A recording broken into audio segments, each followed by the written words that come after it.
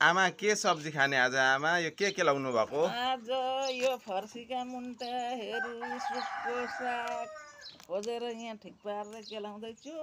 अह यो त साह्रै मिठो पो हुन्छ त यो त दबाई पनि हुन्छ यो सुप त होइन दबाई पनि हुन्छ अरे अनि अब आजै खानुपर्छ भुटेर। अनि यो बोतल चाहिँ के हो आमा यो केलाई खुवाउने यो त एउटा बाख्राले 3टा पाठा पाइदिएछ अँ अनि दुधले अगाउँदैन नि तिनीहरूलाई नखुवाइकन हुँदैन।